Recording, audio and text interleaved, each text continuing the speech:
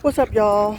We are back for another Nolan Wells update. But before we get into this update, y'all make sure y'all like, share, and subscribe. Hit the like button. It don't cost you nothing. It's for the free easy. So let's go ahead and get into these few updates that have come out since our last video. And right now, the attorney for Nolan Wells, Ben Crump, they did a press conference the other day, and they were basically saying how they are going to hire an expert to analyze the audio that we've all been hearing over the last week. Now, for some of you who may be under a rock and haven't been following this case, there was an audio that was placed out. It was actually the ship that the boys were on. It was the boat that they were on. They actually called for help. So I guess this is like a 911 dispatch for people who have boats on the ocean or lake or river and they need help or whatever. I'm not a boater, so I really don't know too much about it. But basically, in this call that we've all heard, the young man calling and talking to the dispatcher, in the background there was some audio. And in that background audio, it sounded like someone was saying that Nolan Wells could possibly have been dead. So everybody is speculating that during that call, that Nolan Wells probably, perhaps, maybe could have been, sorry about that, could have been on the boat. So with that being said, the family and the attorney, Ben Crump, they have hired an expert to go in and basically see if this audio is real. Now, on the flip side, of course, you have people now coming out talking about, oh, Nolan Wells could have possibly have been drunk, that the audio has been doctored and it's AI. You know, they're giving every excuse in the book except for telling us what the hell happened to Nolan Wells. And this is actually getting pretty goddamn annoying. I'm just going to keep it all the way 100 because it seems like the internet detectives are coming up and finding things that are not adding up. But the reason why people are speculating so hard is because we're not even getting any type of evidence, or we're not even getting any type of information coming from the other side. You know, remember, all of these boys that were on the boat, they all lawyered up. They've all deleted their Facebook, Instagram, social media pages. So right now we're only left to speculate.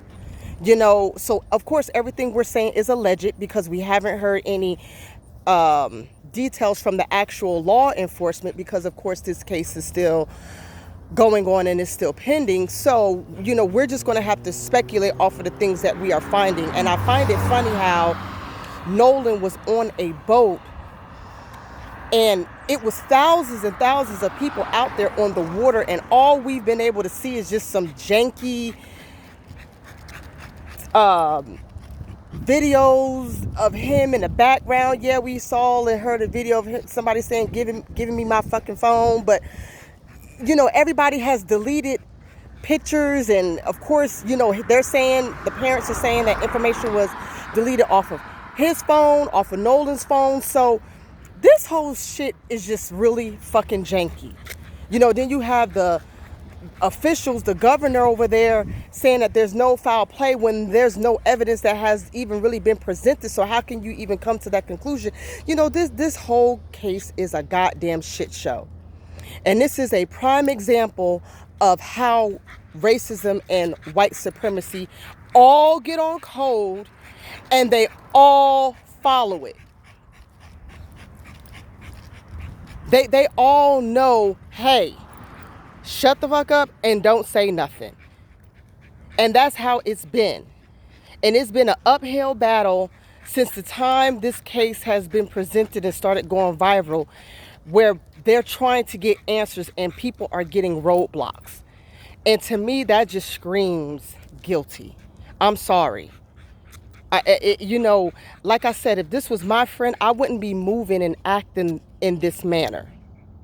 And then you have Officer Race Batum Tatum with his coon ass. Of course, you know, they're going to have and push him out because he gives this narrative to help the racist white supremacists. You know what I'm saying? You know, he done made this whole case and this whole situation about him. You know, he's uncensored himself. He's over here interviewing these so-called friends, and I'm using that very loosely because they're not his friends. You know, he's interviewing them, and the stories is not adding up. People are dissecting it, and they're coming to their own conclusions. So, you know, it's always going to be more to follow with this case. You know, we're just going to have to just keep going through the motions until we can actually get some resolution on exactly what happened. And hopefully we can find that out sooner rather than later. But y'all drop down in the comments. Y'all tell me what y'all think so far.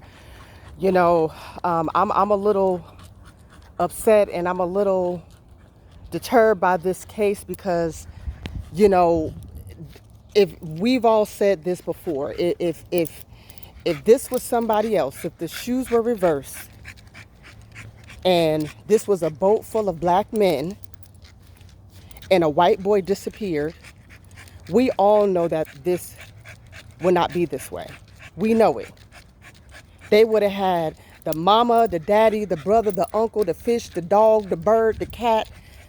They would have had everybody arrested had this would have been on the other foot. And we still haven't forgotten about our brother Carmelo Anthony. We still fighting that case. You know, this whole situation, I keep saying, is messed up, is wrong, is not right. And ladies and gentlemen, this is a learned lesson on how white supremacy works and how they all get on code with each other. That's just it. But y'all drop down in the comments. Let me know what y'all think. And I'll be back for more. Peace.